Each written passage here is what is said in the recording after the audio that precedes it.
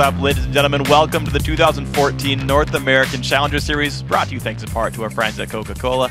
I'm David Freak Turley. Alongside me is Aiden Zyrene Moon. How's it going? It's going really well, Freak. Excited to be here. North American Challenger Series, kicking it off. Yeah, it's going to be a whole bunch of fun, guys. So on Friday, we saw 5 exciting games to determine which teams would get into the European Challenger Series round of 8. Today, we're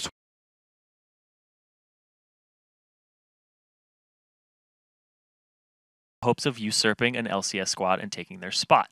And in the North American LCS, that's exactly what happened to 2 tenacious teams last season.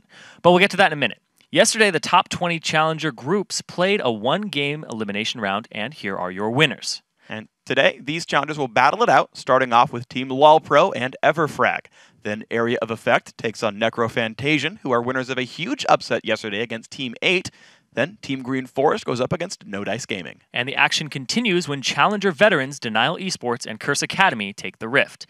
And our final game of the day features Frank Fang and XDG Virtus.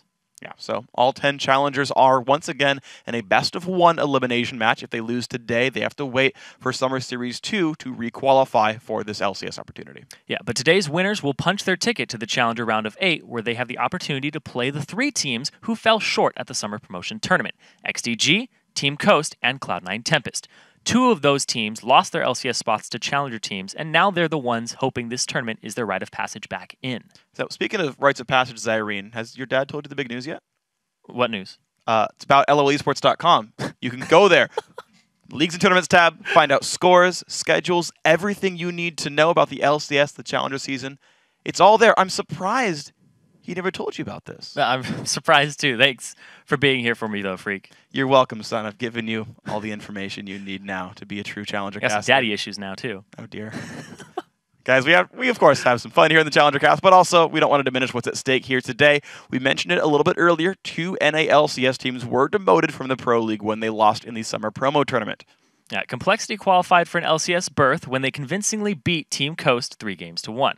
And the top squad from last season's NA Challenger Series, LMQ, got in after sweeping XDG in 3 games. In fact, LMQ impressed so many people during their Challenger run that a lot of people consider them one of the top teams already in the NALCS. Haven't even played a game yet. Yeah, definitely pretty strong, though. You saw kind of dominant performances. Think about it. Last time a team joined in the Summer Split, that was Cloud9, and they destroyed everybody. So you never know.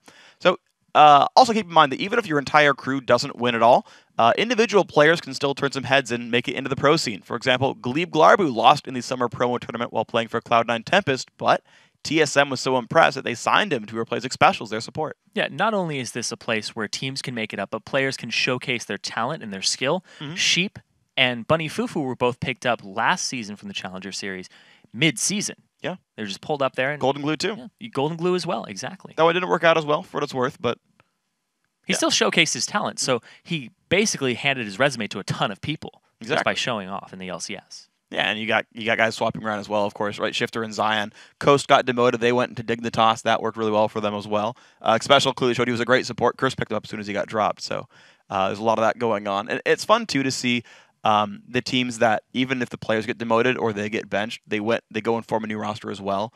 One of the teams we're seeing today, Curse Academy, right? You got ManCloud on there from the demoted XCG. You've got St. Vicious, who was replaced in the Curse lineup. You got like a bunch of guys that are good names, and there's like the real like, will KX come back this season? There's all kinds of fun stuff for the players who are like still going for it and still trying. And speaking of ManCloud being demoted, XDG actually has 2 rosters now, so there's a little confusion there. XDG Virtus is the team that used to be Yuma Bay, and they came up from the Challenger ladder, won in the round of 20, and now they're here today in the round of 10.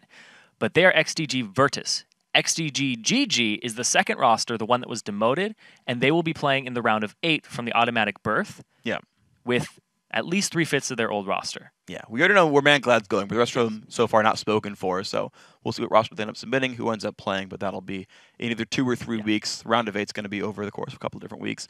Also keep in mind, LCS starts up in 2 days. If you didn't realize, it's less than 48 hours from now. Yeah, Super LCS Week goes live. Kicks off with EU.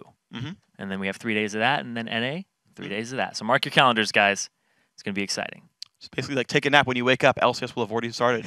48-hour nap, huh? That's how I do, especially on Mondays. Yeah, you got to sleep on through. We work weekends, so, you know, Mondays are weekend. Why the heck not? Unfortunately, most holidays are Mondays, if you guys don't realize that. It doesn't even count for us. It's fine, though. We love what we do. It's really all that's important about this one. Seriously, I wasn't here for a while because Challenger wasn't up and we had all the playoffs and stuff like that. Yeah. And I was like, man, I really want to get back to working. And I was like, I'm an inadvertent workaholic. Yeah. Because people are like, what do you do? And I'm like, I'm a shoutcaster. And then people are like, what do you do for fun? I'm a shoutcaster.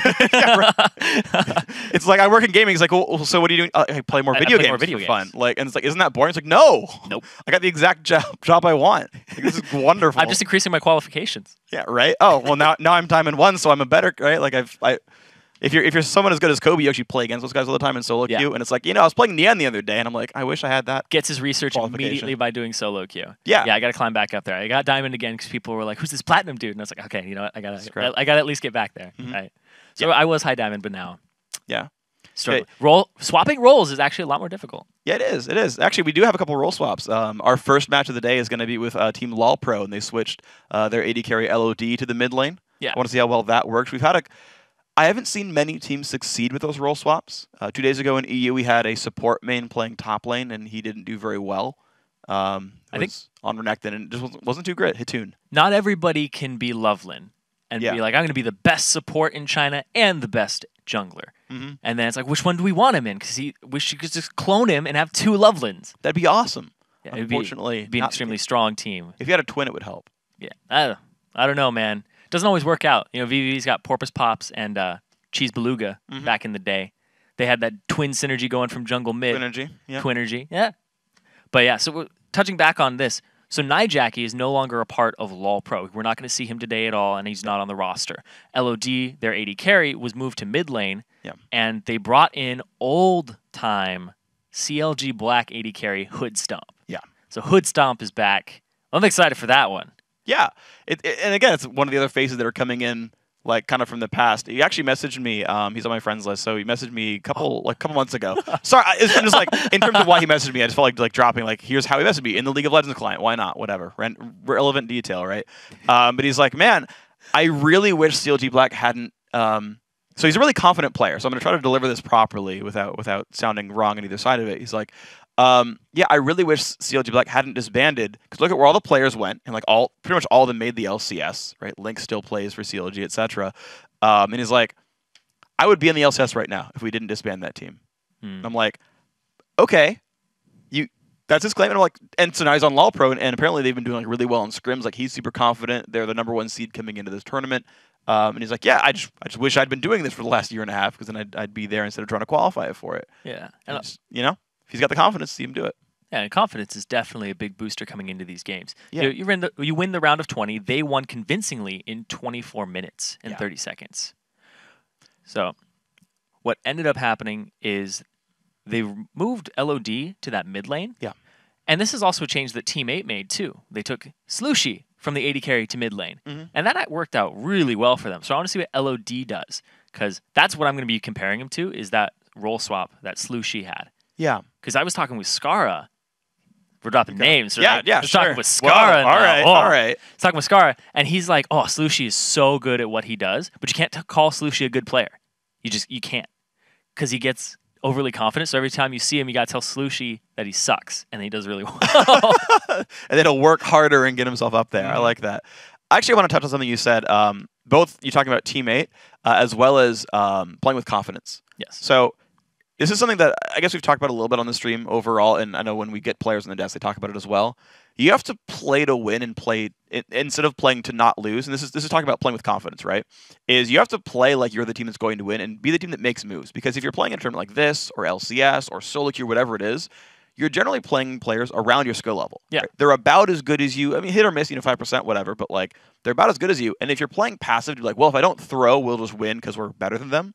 Realize that part of skill in League of Legends is your risk assessment and your ability to make plays. And and this is actually why Teammate actually had lost in their round of 20, is that they were playing hyper passive, saying, well, we're just better than them. We're not going to make any plays. And I know we're kind of getting ahead of ourselves, but in that game, for example, everybody wants the explanation. Yeah, they're playing with Nocturne, Twisted Fate, and Morgana support, and they're just playing safe. It's like you have double global with crazy gank pressure, and you're not going ham for kills.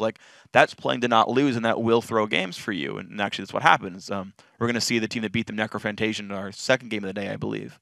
And it's like, hey, if you're a team that actually plays aggressively and goes in against the intimidating tournament favorite, but plays your strategy properly and plays with the right amount of aggression, suddenly you're playing better than your opponents. Yeah. And when you're playing to not lose, you're playing reactionary. Yeah. Which means you aren't causing pressure, which pressure gives you a whole bunch of cards in your hands. Yeah. And when you're playing reactionary, you're betting on them to mess up. And if they're a really good team and they're not going to mess up, you're like, wow, we should have pressured them to force them into something. Exactly. And you force them to mess up. You force them to make decisions that are very hard. Exactly. I mean, every single team in the game has lost games before, right? You get teams that looked untouchable, like, for example, SK Telecom T1K had a pretty miserable season in Korea this year, right? So far after coming back, right? They had the 15-0 season, but then came in and they got 7th place, right? And that's not exactly amazing.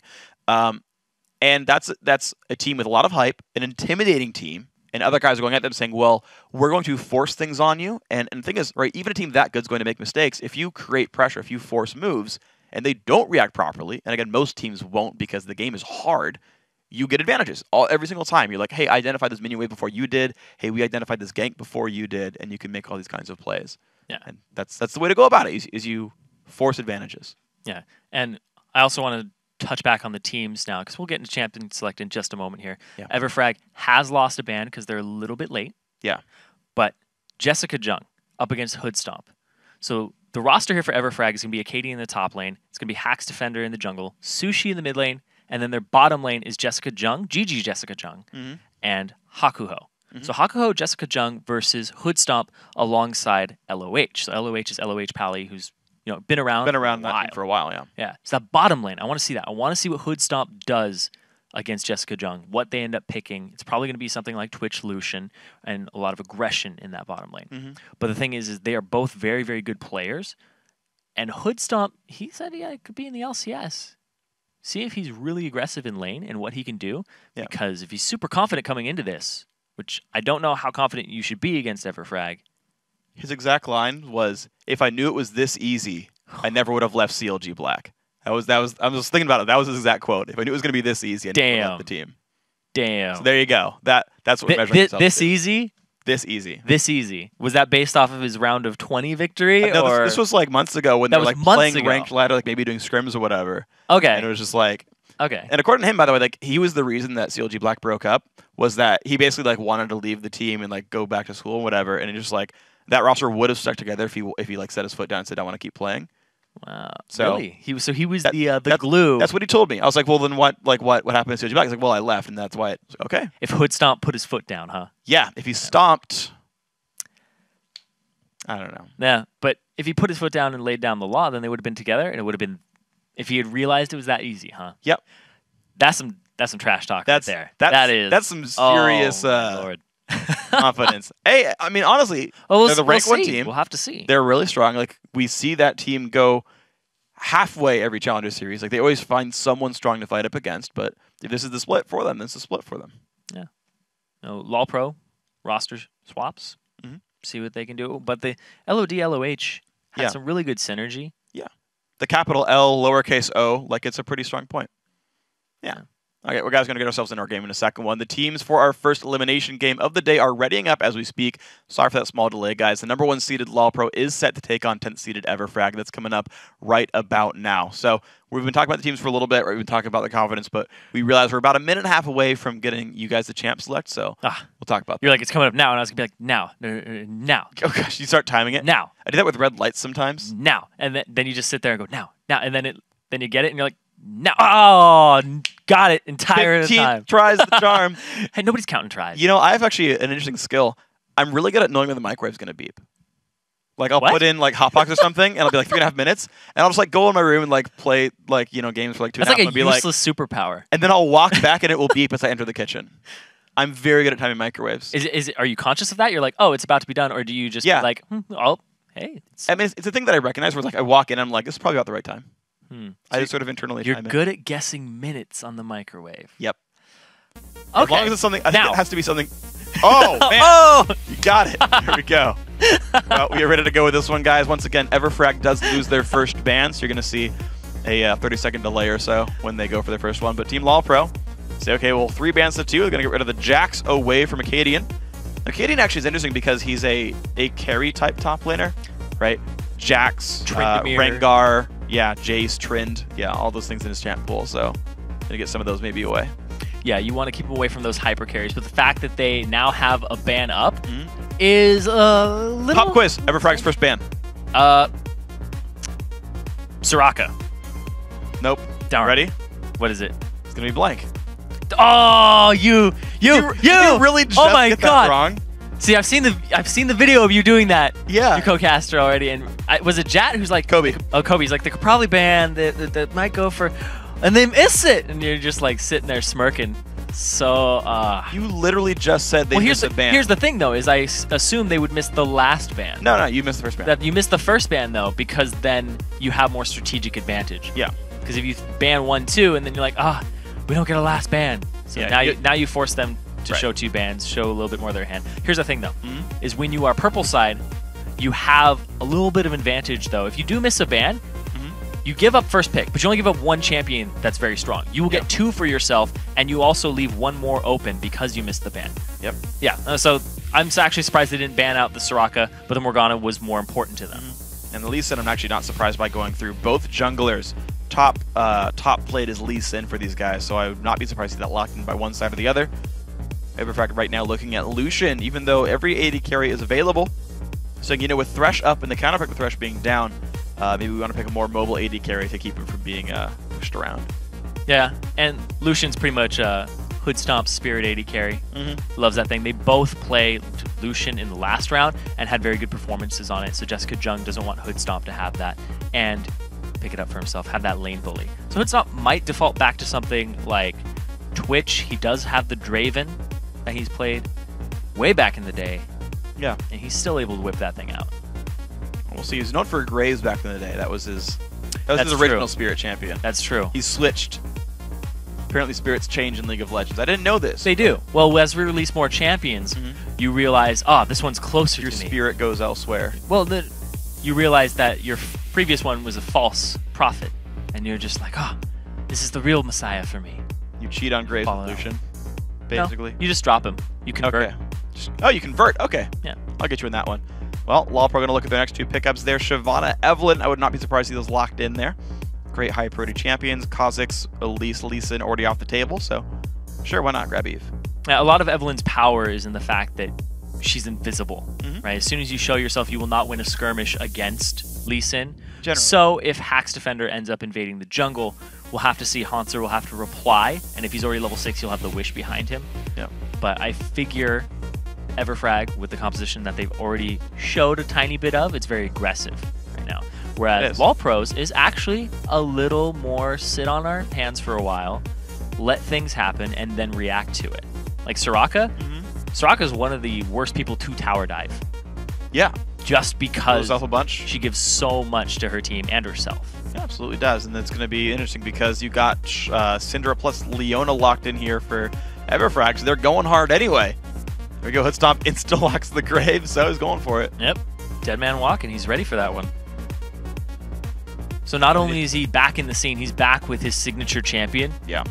And he's going to show what it can do. And we had a conversation about this, about why Graves is so strong, why he's coming back into it. And I'll let you take it. Sure, so basically, 2 different changes happened in the same patch. One being the actual Graves buffs, mana cost on his E, the damage on the backside of his ultimate. Those are fun, those are good buffs. But also, because of the rune changes, every AD carry is running some health, whether it's all the seals or at least like 4 or 5 of them. And when you have more health, Graves' passive is better because his armor MR multiplies off of health. So Graves' passive got buffed indirectly with the rune changes on top of the actual direct buffs he got, and people were like, let's try him out. Oh, he really is super tanky. This is strong. Yeah, I love that little explanation there. Because it's like, why is he? Because he's really good against Twitch? But no, it made it so that his runes were more effective because of his passive. Exactly. And it looks like Acadian. He's hovering over the Tryndamere here, which is most played in solo queue by actually a good margin. Yeah. And honestly, you're fighting a Shyvana. Like, that's not a hard lane to battle against anyway. She's like, she can kind of bully, but like he can spin away from the W in the first place. So it is Trynd. It's a very passive lineup here for LawPro. Yeah. That relies on Everfrag making moves, but judging by their composition, they are going to be making a lot of moves here. You have Tryndamere, very aggressive top laner, who in the laning phase, he's like, if I get 2 crits on you, level 2, I was spinning slash in, the lane's done, I'm going to win this thing. Lee Sin, a lot of pressure. Syndra completely owns the lane. If she can burst you out, he's taking Ignite up against LOD, and this is actually patch 4.6, so heal still removes grievous wounds at this point. Yes. So Soraka is even more powerful than she currently is on live. Yeah. But also, they have Leona Lucian. Super aggressive lane down there versus a Sona Graves. Very defensive, relies on wearing out, sustain. Really good poke. Yeah. So there's basically polar opposites here. We're going to have to see if Hyper Aggression can hold up against a very defensive, reactionary team. And Hoodstomp came into this very confident, but at the same time, their team composition doesn't exactly reflect that in aggression, but maybe the fact that they can outlast them. Yeah, and there's actually one thing to keep in mind. It almost lies to you a little bit, because I agree that like ideally they play in the backline of Soraka, but keep in mind, this lineup is still Shyvana, Graves, Sona, Evelynn. All of those champs can engage fights. You do have upfront burst there. AoE upfront burst from every single person you there. bait them in. You don't necessarily even have to, right? Like you can flash crescendo that. I'm not saying that's the ideal way, but this team has engage tools. Yes. Just the thing to keep in mind that even if it's not the ideal situation, they can flash crescendo you, dive in with Shiv, dive in with Eve. This is still a thing on the table. Yeah, the Syndra is not that safe in this. Very much not, exactly. Very much not easy safe to get to. We'll have to see how that one works out. But another thing here is if you do end up stalling the game for LoL Pro, they do have Tryndamere in the top lane. If they don't deal with Tryndamere and shut him down early and keep him down, then he's going to be a split-pushing monster, which is really what Acadian's good at. He has like things like Jace, really good at pushing turrets when you reach them, Rengar, Tryndamere. He loves split-pushing. Yeah. And that's why they banned the Jax away too. Didn't want any of that, but it's still going to happen this game. And here's the thing to look at as well, because whenever you have these partial bans on players, so to me it's like, I see a couple different ban strategies. One of them is, as you love, kick the puppy. Yeah, I love kicking the puppy. You just ban out whoever you think the weakest champion pool is and put on something he's just bad at because he can't play anything else. Another one, which I think is interesting, and like CLG does this to a certain extent, is they will ban selectively to predict your picks. They'd be like, we know your top 3 is this, so we'll ban 2, and we know you're going to Evelynn. And in this case, it's like, we'll ban Jax, we know you're going to Tryndamere. Right? Like, this had to have been planned by LoL Pro. Like, this is most played. We're going to ban out the rest of the champions from it. This is his champion. And it's like, did they build a comp that they knew would work? When they early picked Shyvana, did they know that he was going to be okay against Trynd? Right? Did they ask Conster, like, are you okay with this matchup? This is going to be fine? And so that's the question is now, is LoL Pro's strategy good enough to be like, okay, here's this Trynd that's going to be scary. Does the plan work? Yeah, they have a lot to deal with it, though. You can go ahead and sustain yourself. It might give you enough to go through the Undying Rage. I mean, they have a lot of tools here at their disposal to deal with it, and you're right. They did kind of bait some of these picks out. Yeah. And the fact that Everfrag lost a ban was really big because they weren't able to ban the Soraka. Yeah. They weren't able to ban, even if it wasn't a Soraka, something else, just keep it away. So their pick ban phase didn't go as well as it could have. They did get a lot of priority picks for them, but I don't think it's the ideal situation. I mean, it's not the ideal situation. Sure. I'm not even going to say I don't think it is. It is not the ideal situation. Nobody wants to lose a ban ever. No, of course not. But actually, it's anything to point out as I look down at our notes for this. Everfrag got their most played champion on every single player except Hakuho. Tryndamere, most played. Lee Sin, most played. Syndra, most played. Lucian, most played. Morgana, Thresh. Yeah, Morgana was banned out. Yeah, Leona was his third, so third string down. Thresh didn't even get grabbed, if I understand properly. Wasn't banned or picked. So. Leona and Sona. Yeah, Leona and Sona, and the ban was only on Morgana for that role. So, interestingly enough, basically Everfrag got all the champions they normally play, so they are super in comfort. I want to see if this comp works for them. Yeah, so once again, it's 4.6, so these are the 2-minute trinkets. So we're going to have a ward on each of the supports. No exhausts on the entire side of EFG, but at the same time, LoL Pro is forced to take one on LOH to deal with the Tryndamere in the late game. And the fact that, I mean, a lot of summoner spells here are actually indicative of what they're up against, because Syndra has the Ignite. You have to bring that for the Soraka. It's double Ignite. Yeah, exactly. It's double Ignite. They need that pressure.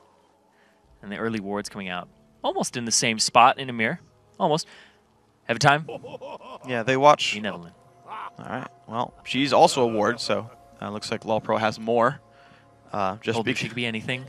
Became a ward. Decided to do that. Hey, that's a good strat. Teemo does that too. Wards win more games than... Wards win games. So just pick Evelynn, Teemo, Shaco, and Twitch, and just be wards. There you go. And win. Yep. You'll be awarded with a win. Yeah. I'm really good at this. Good job. Good job. That was actually that was decent. I appreciate that. That was decent. Is that like a 6 out of 10? No, that's like a 3 out of 10. What? Decent is an above average mark. All right, or at least at average. Here's the thing. Here's the thing. Do you go by grading scale, so 7 is an average, or do you go by 5 in the middle as an average? You go by the out of 10. Like 5 is an average. But in school, 70%. We're not in school. 70%. We're not in school. Are we in school? No. If Curse Academy was playing, I would maybe give it to you. You would maybe give it to me, but I'm just saying, in terms of a percentage, no, what is considered? We're no longer in school. We're in LOL Pro. It's out of 10. Okay, okay. I don't know. I go by... Right, so even if 5 is average, I still give you a 3 on that one. What? That belies you saying decent. That's messed up. All right, well, we're going to get ourselves into the game. I'm easy with my words, bad with my, my ratings. Yes, it's okay. Here we go. Mid lane 1v1. It's going to be an isolated 1v1. Both, we got 2v1 lane setups going on. Interestingly, though, it's the double jungle going on. So White Camp going down for the red team. Looks like Wraith just got taken. And then Shyvana Eve going to grab double golems. And it's going to be the 4-0 push. And EFG looked like they were expecting an invade. So they hung out by the wolves for so long as 5. And then, boom, ran themselves down. But they also planned this out, too. Because if they weren't hanging out by the wolves, they would have delayed their top laner getting delayed. So they saw this coming. They expected this. It's going to be the 4-man split push in the bottom. Going to get those level 2s off of the enemy double golems. No red buff for EFG, but there's one for LOL Pro. I actually think that the blue is a little better in this situation. Generally speaking, yeah. More abilities are going to probably do more for you than... like 5 true damage a second on the minions right here. So, going to be top lane turret going down rather rapidly. Of course, Sona, a slightly better pusher thanks to that Q aura. 3 minutes, 9 seconds for top lane turret. That's the one with the bonus armor. Again, 4.6. The bottom turret doesn't have that yet. 3:14. Looks like EFG got their pie, and they're going to be continuing to push down the bottom lane. And it's a race. They're just going to go for it. It's a ceremonial dance before the game begins. Yes, indeed. Let's get some turrets, some extra gold in our pockets. And it's worth pointing out, some allowance. That both guys are giving allowance to the top laners. It's 5 CS for each one, so they're slightly giving the CS over there. Being that this is a pretty snowbally lane, we'll eventually be able one-on-one. That matchup's going to be important. So here's the thing. How long are they going to leave it? It's going to deny the entire wave, and will they possibly freeze it afterwards? Yeah, they're going to do it. So this is the adjustment that people have made after seeing this strategy fail so many times. Leave the turret up as much as possible. LOL Pro's got the better of this, though. Yeah. The thing is, this wave's mostly done now, and when Hoodstomp kills the turret off, this will push out towards his lane, whereas this bot lane here for Haunter is freezable. Yep, they left it up for a little while longer, and also the minions were not in range of it, so tiny bit of advantage there to LOL Pro. We'll have to see what they do with it, though, because so many people will end up not pushing an advantage or not using it appropriately. This is going to be interesting. So look at where Haunter is, and look at the fact that the red team was just taking away the red buff. They could theoretically flank around and get down to that Shyvana, but they didn't know about it enough. Well, speaking of flanking, we have Lucian off on the side here with Lee Sin on the middle. Here we go. The stun ignite is on. A lot of damage on the LOD. He's going to have to try to run away from this one. Flashes over into the turret. Flash from Justin Kajung. Hits an auto attack on the turret, though. It's going to be the Soraka getting away. There's good aggression there, but at the same time, once again, it's Soraka. It's not very smart to tower dive a Soraka. I said that earlier. And now Hoodstomp is here to reply, and they're going to have a little bit of a numbers advantage in the mid lane with that jungler off on the side, whereas 2 members of EFG have to back up. All right, so now we got to take stock of the situation. How many summoners got burned? Looks like 4 for EFG to the 3 of LOL Pro, actually. So the trade wasn't exactly ideal. Acadian shoves at the top lane rather fast. Had to in the first place, but did it. Soraka's actually not there in time. He's going to miss 1 minion, maybe. And this is Acadian's strength, the split pushing, the wave manipulation. Is something that you learn as a top laner when you want to just push the advantage when your wave is pushing. And look at this. LOD, he does show up at a very good moment, so he ends up getting the CS. Maybe could have had Haunter teleport to the top, but they want him to have the free farm bottom with no interruptions. Yeah, it's okay. You don't want to burn TP for a difference of 1 minion right there. Big difference here is the AD carry CS. We talked about Hoodstomp versus Jessica Jung at the start of the game, and Hoodstomp has twice as much CS as Jessica Jung, and they're actually funneling a lot into him. Yeah, he's been holding the mid lane now while the Soraka kind of split pushes off. This is interesting. It's always fun to see when teams pick kind of unorthodox lane matchups in order to be... basically, it's not for like the 1v1 or 2v2. It's for being able to move around the map. In about a minute, the first buffs are going to respawn. And if you got more people in the mid lane, those guys can more easily react. Pings around the dragon. Evelyn was going for some wards there. They ended up seeing her. And now there's a flank onto the bottom lane here. And are they going to risk the 2v3? Looks like reward. Hakuho is just coming down to go ahead and make sure he gets some use out of his relic shield here. Yeah, well, it's going to be, what, 2 minutes, basically, is the cost, or the amount of time it takes to get back to full charges. So, gets the cannon. Proper choice there. Got to make sure you get cannons. So this time for LOH going to be fine there. In this mid lane, they're actually constantly pushing. They're actually trying to get Syndra down a little bit and kind of push his matchup. He's actually going to miss some CS. One caster minion right there lost due to the pushing.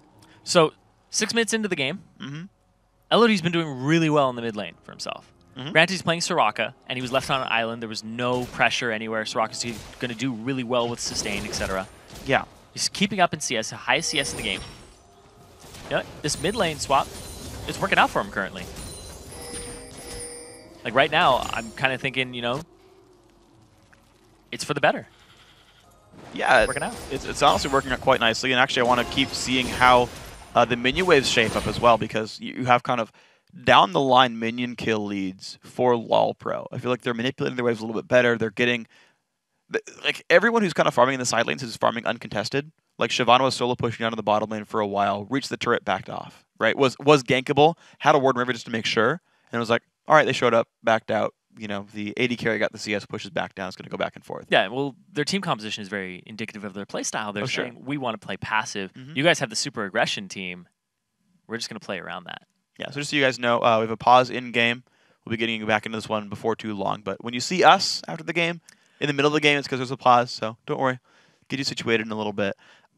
So yeah, we had basically an 800 gold lead so far for LoL Pro just from landing phase. Both teams got 2 turrets. No team's got any kills. I didn't see any major buffs go one way or the other. No dragons or anything. So it's just better minion killing right now, right? Controlling the waves properly. The fact that Trend had to push the wave really fast. And we talked about this a little bit in the pregame. Teams being able to read the game, looking forward, and making the move as opposed to being the one to reactive. And so, for example, in the case of Soraka getting the top lane, right?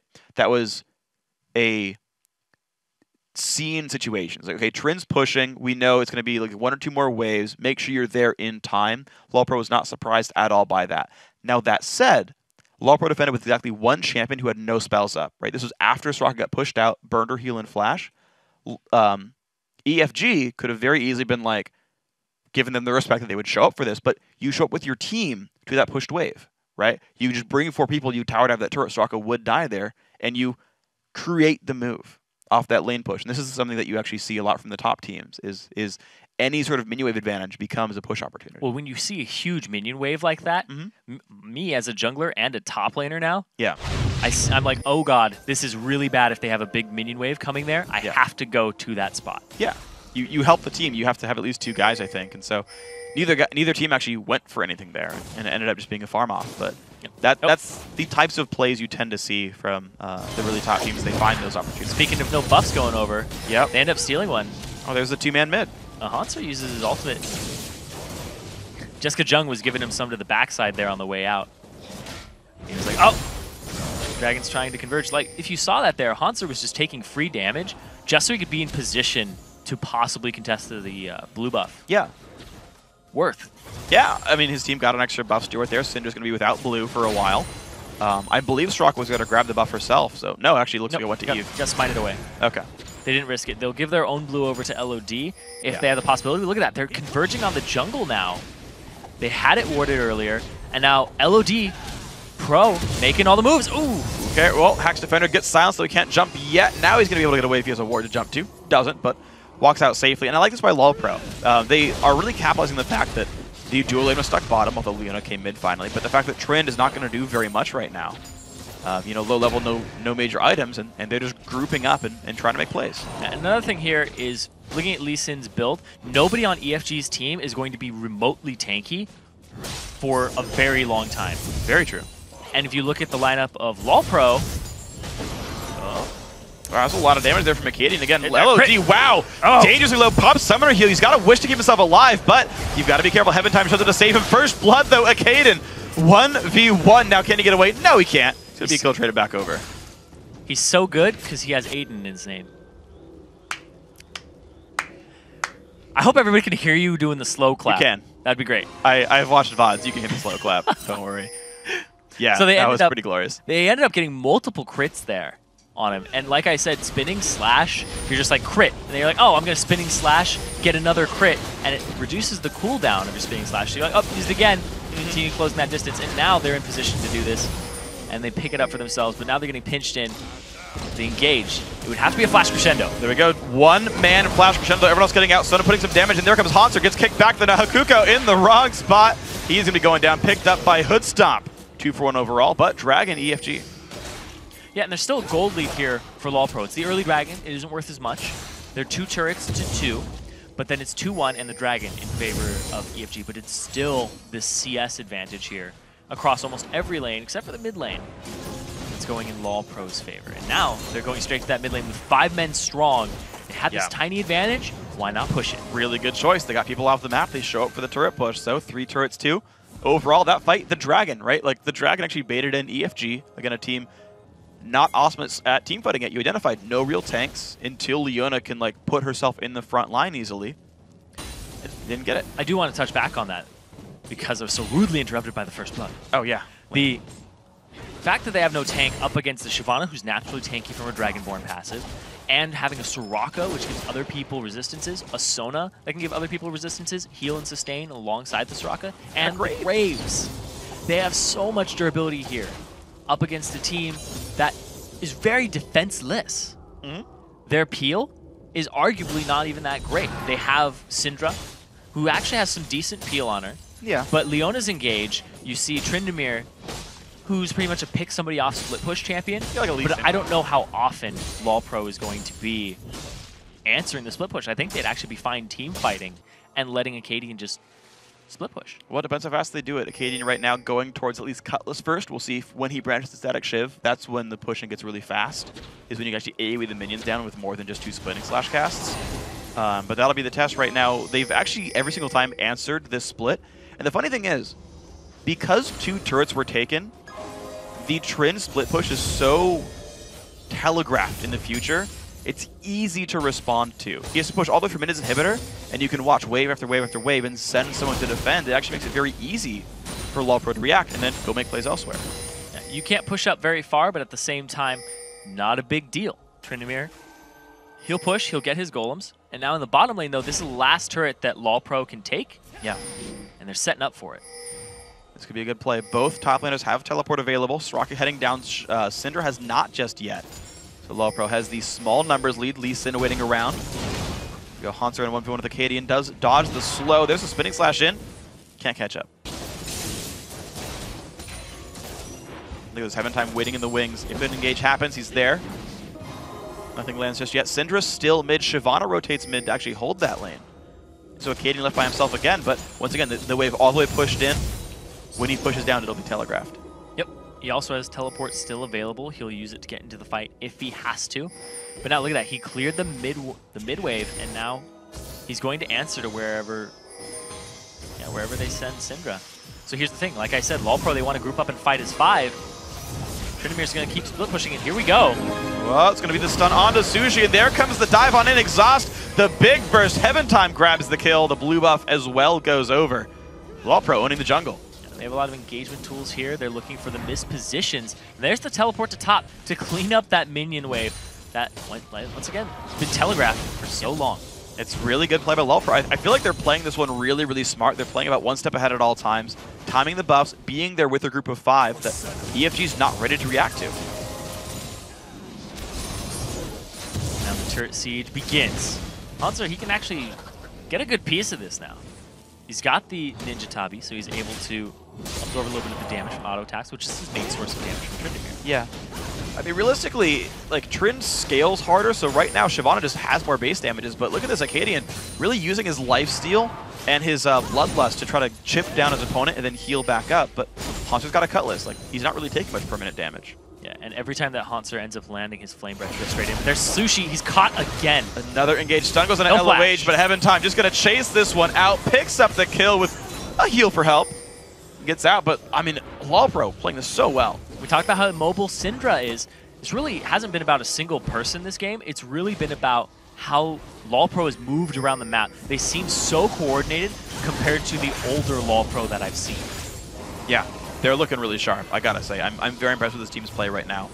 Aside from the fact they didn't get punished for farming the top lane that one time at 5 minutes, like, this is a great looking team right here. Hoodstomp gets the solo push in the bottom lane. Of course, everybody's locked up defending elsewhere. He gets to take that by himself, but here comes the Trin. Can he get the kill picked up? He does have Ghost. He's popped that already, actually. Hoodstomp does get slowed, puts the damage in. Wish comes through as well. There's the Ruin King active. Hoodstomp pops the heal. I don't know if it's going to be enough. He's still running towards his turret. Dashes, flashes. Can he get there to Shyvana or anyone else? Acadian gets the slow. Shyvana ulti gets a bit of a knockback, but Acadian still chasing, pops the ulti early. Just now would have had to use it. And now can he get away from this one? Nope, can't. Kill picked up back by Hauntzer. So it ends up with a red buff going to Hauntzer. They go 1-for-1 in kills, but there's an assist on that last one. So gold actually ends up in Walpro's favor. Hakuho's caught clearing out a ward, but at the same time, Hack's defender off on the side too. Yeah, Heaven Time wisely backs off of that one. Yeah.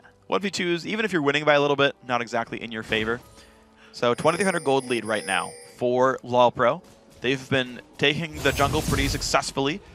They've taken, I think, every single one of the blue buffs that has respawned, and they're 1-for-1 on red buffs now. Considering everything past 6 minutes they've been trading right there. So now it's Walpro's turn to go for the blue buff on this one. Looks like they've got enough control. The damage coming down rather quickly. No one from EFG looking to really stop this one. And again, Walpro owning the map.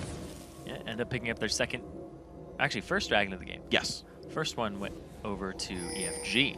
So Everfrag ended up having that one. But it didn't do too much for them. It was very early. And I'm thinking about it now. They're putting some kills onto Acadian, and he's sacrificing his life for it, but he is Tryndamere. I would say going 1-for-1 in kills with a Tryndamere is actually worth it. Because you get to the point where you're at critical mass with your gold, where you will just destroy turrets so quickly with the attack speed, and you will destroy minion waves and champions at the same time. There's really nothing that stands in Tryndamere's way when he ends up getting a little bit of farm and getting gold. Well, let's see. Level 11 now, both with kind of like one major completed item on this top lane fight. LOD gets his blue up, but Acadian down to half HP, pops the Ruin King. Pretty good damage off coming on the side here. Ooh, this could be interesting. Hauntzer very low, pops the ulti. Acadian heals, does not ult, he doesn't have it up yet. The flash, the engage is going to be enough damage. Acadian tries to get away. Red buff is on the kick. The save from Hack's defender, living up to his name, and now turned ulti's up. Can he turn the fight around? The Q comes back in, the flash away. Oh, he didn't ult in time. Double kill for LOD. He didn't pop it. The fact that they had the heal come up, LOD with the blue buff, just doing ton of work there. Came up, star call constantly. Sushi's out of position again. What can they do? A lot of damage right now to Hauntzer, though. Kill picked up by G Jessica Jung. And now Sushi in the back lines. Hakuho, though, taking big damage. Flashing forward. Crescendo is going to land once again onto Syndra. Deleted for the 3rd time this game. And now GGJJ actually gets away. Now they're going to get this turret for themselves. They've cracked that tier 2. They're going to have to crack base after it. Hakuho! Wow, a little bit too aggressive. The heals too much. He thought with Throw Dagger would be enough, but it was not. The loss of a ban really hurt them, letting Soraka get through. I am almost positive their last ban would have been Soraka. I thought it was going to be their first ban when you asked me. But nope, didn't even get it. He just deleted it. Yeah, I mean, that's pretty unfortunate there. LOD, I mean, especially when you consider the fact that he's new to the lane, right? LOD, an AD carry player, traditionally. In Solik, you actually only had 3 guys really worth listing, but you know, it seems to have made it work from scrims and whatnot, and the Soraka is working for him. Yeah, he shut down that mid lane so much. Syndra relies on Burst, and Burst doesn't do too well against Soraka. Well, they didn't even give him the lane. Soraka went somewhere else. That's true. They put Graves Sona against her. That's true. That's true. He ended up in the first couple of minutes. But now Soraka's pretty much just been an ambulance that shows up to the lanes. Like, oh, you need a heal? Yep. I think she does so much damage with Star Call, it's more like a whambulance. Because wham! Okay. That was pretty lame. Okay. No, that one's okay. bad. That one's a 3. Yeah. The other one was at least like a 6. That one's really... No, the other one wasn't a 6. I'll give you a 5 on that one. Okay. I'm adjusting my ratings post-mortem. Post-mortem? After they're dead. Okay. Well, getting down to half HP puts the Ruin King again onto Hauntzer, who is pretty tanky. You're seeing actually, like, the item differential has actually kind of happened right now. They both got Ruin King tier 2 boots, but you've got the extra Warden's Mail, making it really hard for Caden to win any fights. Yeah, I'm going to have to change his name to Cadian. Okay. He can no longer have Aiden in his name. Okay. Being 2-3 doesn't work out. Man. He's 2/3 of the team's I kills. stripped him of his name, of his titles. It's messed up. You can't do that. It's not in your power. Oh, it's definitely my power. Hauntzer has his teleport up so he can show up to this fight if he wanted to. Right now it's 4 and 5. There they go. There we go. Crescendo on the 2. Nice shot right there. Huguho now taking a bunch of damage. Eve goes in the mix as well. LOH getting away. Heaven Time just doesn't take damage thanks to exhaust, but LOH has gone down to the back lines. But here comes Shyvana going pretty hard. Picks up one, looks for another one. Oh, the Graves ulti finds it. Heaven Time picks up 2 more. Sushi, last one alive, taken down by Hauntzer. 5-1 fight for LOLPro. 5-for-1. LOLPro coming up huge in this fight. Tanking the turret so that Hauntzer gets out. Being a bro. Yeah, it was nice. Now they're going to get this tier 2 turret off of it. Not going to push anything else just yet. Clean up the pink ward. That's the reward right there. Yeah, I mean, keep in mind, it's 20 minutes in. They're respawning in 6 seconds. They've got to heal back up Very early. and be ready. Exactly. We're going to take another look at that right here. We see the Crescendo come across 2, which locks them up and prevents the engage. Hakulo is trying to get out of there, and Hauntzer just goes straight after the back line. Acadian pops his ult through, but Hauntzer, he's so tanky, and the fact they don't have a tank to absorb damage means they're all very squishy. If your backline is getting zoned off like this by somebody you can't kill fast enough to help your front line, it's just over. Yeah. And I actually got to mention the MVP exhaust. We thought it was going to be for Tryndamere. Yeah. They're cutting it back anyway. It's actually for Syndra. Yep. They're like, I think I've seen it twice now, completely stopping your ultimate. She ulted the Eve and didn't even break the ulti shield. Yeah, the fact that exhaust is so powerful now against casters is actually really good change. Gives it multi-purpose and allows it to be a really reasonable spell to take in the mid lane. Worked quite nicely. The counter pick and summoner spell pick really did well for them. I mean, counter pick, I guess counter lane matchup. They put the 2-man there. They couldn't get bursted out. Hauntzer, LOD now looking for the top lane of this one. But as well, looks like they've taken all 6 tier 1 and tier 2 turrets. So now the question is, where else does LOLPro go? Oh, they have to crack this base. They have a wave that's pushing actually against them in the bottom lane. And the way that their wards are set up is all in this top lane. They will see the movement. Now they're going to start sieging this top lane. And actually, doing a really good job here. No, they don't want to engage. EFG doesn't want to engage because of the Crescendo, because of the tools they have available to them. And like I said, you don't want to tower dive a Soraka, but Soraka's really good at helping your team tower dive. Yeah, here's the weird thing, right? Is like, you've got decent tankiness on Hauntzer now. He's got Randuins. And okay, you're right about like Soraka, so they're being able to help this, but like, I feel like it's not, I mean, I guess I could tower dive, but it just feels so risky to me to tower dive when exhaust is down. It's still very risky, of course. They're at a 10k gold advantage. They're going to pick up the dragon and take another advantage for themselves. And I do understand what you mean by that. But at the same time, the amount of armor that Soraka gives somebody, just soak the turret. They don't even have to tower dive. You can just heal Hauntzer and then have Hood Stomp auto-attack the turret. He'll be in Solar Flare range, but you can always counter Crescendo the engage. There's a lot of cards in the hand of LOLPro, not just because of their team comp and the way they've been playing this, but because of how much gold they have as an advantage. Yeah, very true. Kept him safe for this one. Gonna be grabbing the red buff. LOLPro, when will they push forward for the next major objective? Will it be a Baron setup maybe? Of course, with Dragon down. I mean, this is good. Baron's though, right? really risky. Yeah, it is. It is still really risky. You're absolutely right. It's 22 minutes into the game. The Baron would be how EFG gets back in here. And the fact that it's a Lee Sin and it's execute, it's always a risk. Definitely is. Okay, so LOD grabs the blue buff. They're taking their time to make sure they claim away the jungle. Of course, Acadian, though, still split pushing means at some point you've got to react to this. Otherwise, gold flows in and your life gets difficult. They are putting wards down on Baron, though. The 2 pink wards, these are the 2 important ones. The one in the brush by the river. Another one right here, I like that one as well. Those are 3 really good pink wards. Nobody cares about Acadian split pushing right now except for Hauntzer, and he doesn't have his TP. Oh, yeah, there's a TP disadvantage. If EFG knows this, they could actually use that to get a 5v4. They would have to really use that 5v4 to their advantage. And I think Hauntzer, what he's going to do is just chase him as much as he can and keep tabs on him, because he can still interrupt the TP with his Dragon's Descent. So if he's in line with what his team wants, then if he just basically sticks to the Tryndamere, then he'll be fine. He just let him slip right then, though. Like, he's not... He finds him again, right? Like, this is a good ward, but he's not trying super hard to chase him out. Oh. To guarantee TPs. Like, at some point, Hauntzer's going to turn around and go for minions, I think, unless they're trying to pinch the Trynd to kill him. No, he's going to chase him. Wow, that's a good play. He's going to make sure that he can't show up, and then he's going to push him far enough out and wait for his own teleport. Yeah, there's no split pressure anymore. Yeah. LOLPro has no reason to rush any of this. And now he's going to clear that wave early so that this wave will start pushing by itself. And that bottom wave is actually going to be a problem by the time that Hauntzer's teleport is up.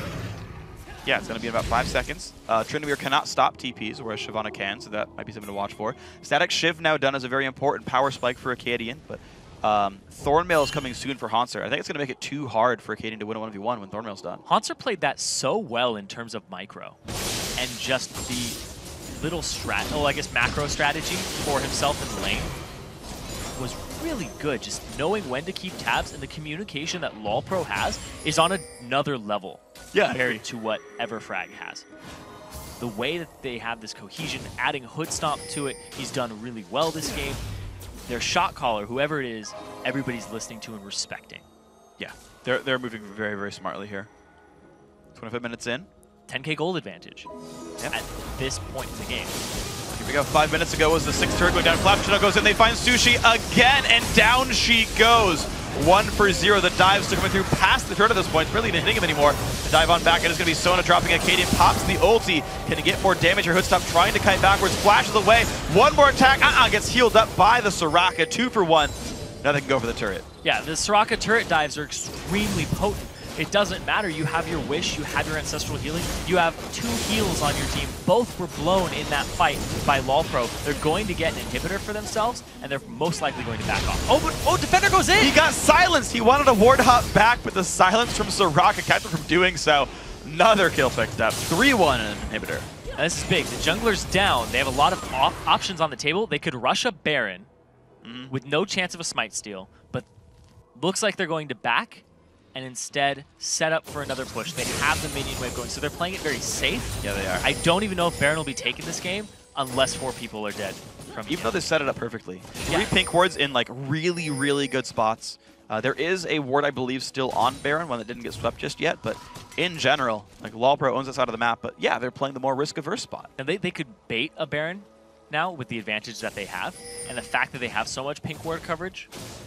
They could basically tell EFG, this is our coup de grace. Sure. Either you come in here and we beat you, because they will flat out win a team fight with 12k gold advantage, or you steal it, we beat you, or you let us have it. Those are the 2 options we mentioned. Well, wards once again getting swept away. There are sight stones, 2 of them on EFG, so there's plenty of wards to keep putting down if they need to. And this is the whole playing with aggression. LOLPro has put EFG in a spot where they have to make the moves, and it forces misplays.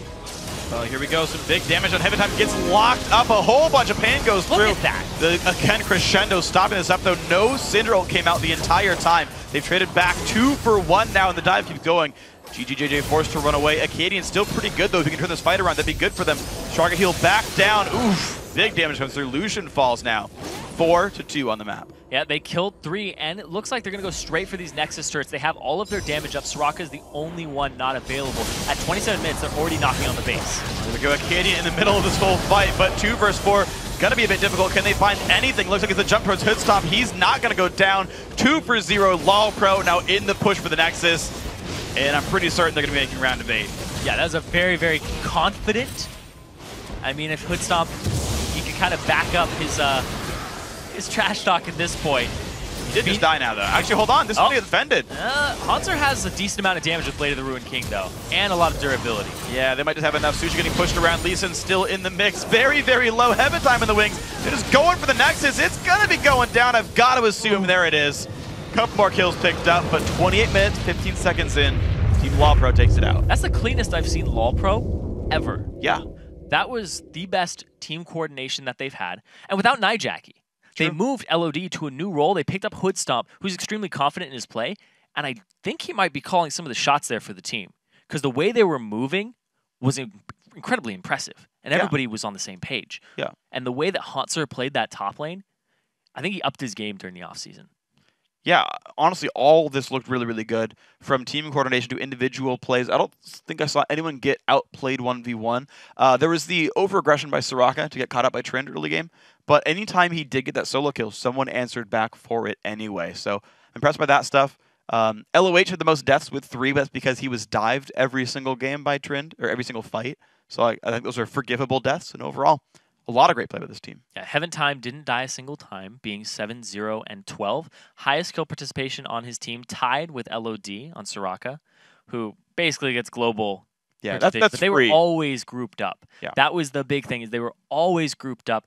And they said, you're going to be a split push comp. We're going to group as 5, force your TP, force you to be in these fights. And Acadian never got to split push.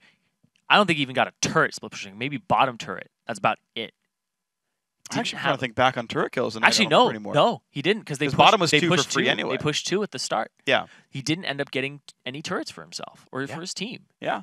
And some of that actually, I think, did play out from the 4-0 swaps early on. Just having really long lanes to get split pushed on makes it very hard to sneak those turrets in. Yeah. LawPro reacted every time to it. Well, also the fact that LawPro froze the lane or forced it to push towards them. Yes. So that they had that answer very early on. They pulled that wave, yeah. LawPro seems to have upped their game in terms of macro sense of what's going to happen on the map and when it's going to happen. Yeah. And everybody's on the same page. I was very impressed by LawPro because they've always been knocked out around the round of 8 in the previous Challenger series, and they haven't had a lot of success in other tournaments. True. For the most part. So seeing them perform like this here, I'm actually very confident in their abilities now. Oh. Like, if they keep playing like this, they could make it very far in this tournament. Well, we'll see what they can do, guys. It's going to be a whole bunch of fun. We got more games coming up. Going to take a quick break. When we return, it's time for Game 2, when Area of Effect takes on upset specialists Necrophantasia. Do they have enough for 2 surprise wins in a row? We're going to find out after this. And now Trinolti's up. Can he turn the fight around? The Q comes back in the flash away. Oh, he didn't ult in time. Can he get there to Shyvana or anyone else? Acadian gets the slow. Shyvana ulti gets a bit of a knockback, but Acadian still chasing. Pops the ulti early. Going pretty hard. Picks up 1, looks for another one. Oh, the Graves ulti finds it. Heaven Time picks up 2 more. Sushi, last one alive.